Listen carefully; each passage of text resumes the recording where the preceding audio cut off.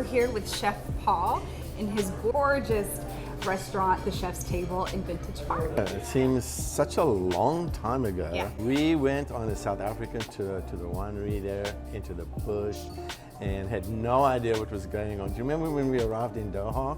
Everyone was wearing masks, and like, what is going on?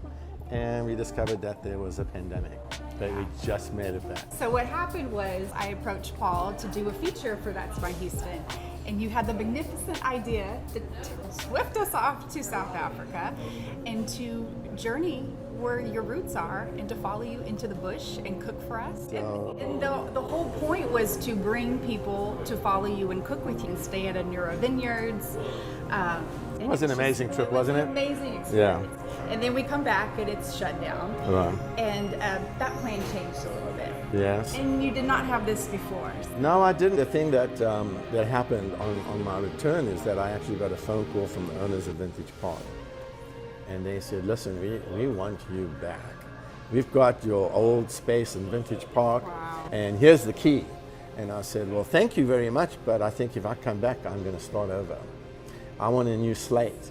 Yeah. And so we did, and we came back, and my son was involved with his partner, Luis, and we had one of his architects come in, and we created a 21st century look of the old 1920 era, which the Art Deco, Gatsby, Provision, you know, so if you look around, you'll see all the framework, instead of being painted or stained mahogany, it's painted black. The table doesn't have a tablecloth, but it sure feels like there's one. Yeah. So much attention to It's detail pretty. went into. Yes, it is, right? And because I felt like people are gonna like, okay, so chef's back, right? Well, let's see what he's done. Let's see what's different from all the other restaurants that he's created. And I think one thing is the creativity of the build out and the ambience of the place all lends towards having me become really involved with trying to elevate the food to a totally another level. Yeah. So there's a lot of things on the menu now at the chef's table that were not on the menu before. So it's great. So we've done a lot of new things. We've got a great menu, and I'm excited to be back. I feel like I'm meant to be here. This chef's table has just been unbelievable. I'm so blessed. We are blessed. And instead of bringing everyone to South Africa, you brought your whole world of travels to this one location. Right. And so you really can talk about the full circle of your logo. It is. You Yeah. know, the logo actually is amazing because it is a circle. Yeah. So the circle represents three things. I mean, like the circle is a round table. It's food from around the world, and I've come full circle. So what's in this? First of all, we got some beautiful wines from South Africa, you know, the Neuro Winery. You can only get them from here thanks to COVID, actually, and to Governor Abbott, who has allowed us to purchase a special license that allows us to sell our wine over the counter, which is really cool. There's been rave reviews over this one. Yeah, well, I'm going to reveal this to you. It's been a while. It has, you know, but this is one of those that are just absolutely amazing. And there it is. It's the 2015 Pinotage. Pinotage is a grape that is grown mostly in the southern hemisphere, and you'll only find it there. And the beauty of it is that the Pinotage grape is actually the bottle, the varietal is named Pinotage.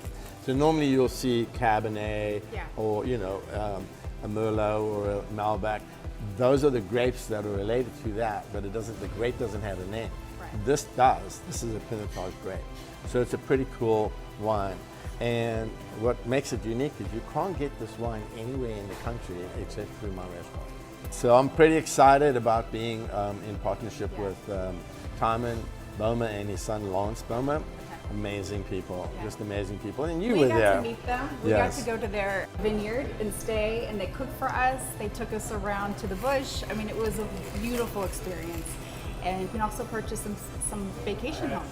Yes, you on can. there. I thought On you there. were going to be doing that. You have a great I know. commercial, I know. residential, That's real another estate business.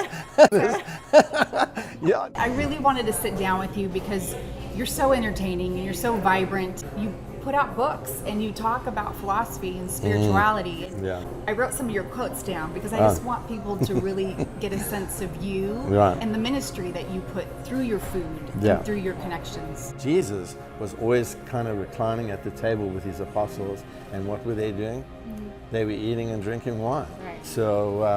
So when I cook, it's coming from the heart, it's coming from the soul, and it's coming from a blessing from above. Well, I want to read a few of your quotes. Yes, yeah. This one hit home for me. Yeah. It says, "We are a life jacket to someone drowning. Yeah. Find them. Yes. Those who unlock your compassion are those to whom you have been assigned." Yeah, we don't realize that. We go through the day every day, and we're not looking to seek out people that need help. And this is like people say, so what church you go? I say I go to the church of the Chef's Table, because this is my ministry. And it's so amazing how every day there's somebody that comes in here that is going through some hardship. And we ought to be able to seek those people out and be able to minister to them.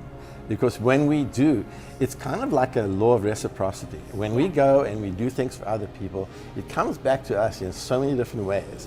Not in ways that we would have thought, but when we do things and we're doing it without expecting anything in return, that's when it really works. You see this when you sit down with your guests. You talk about the menu. Like, just that's your ministry, just spending time with them and making them feel like they're the only person in the room when your whole restaurant is packed. Well, and you have that gift. Well, I wish I could train people to do that. I can't teach people that passion. Right. It has to come from within. And I'm going to end on this one quote. "Free your heart from hate. Free your mind from worry.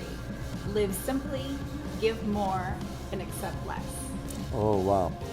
I think when someone's done something really bad to you, it's hard to kind of just let it go. Ultimately, at the end of the day, we've already won the war. We just have to know how to fight these little battles. Amen. Amen. These are Oh, my. delicious riblets. Mm-hmm. Phenomenal crab cake. Oh my goodness. And this is Chelsea. She's the boss. I just work here. I work for her. Enjoy. Thank you, Chelsea. Oh my goodness. I know, right? Okay, let's switch. Okay, I know, because you don't eat meat, right? So that's why I made you. This is an amazing crab cake.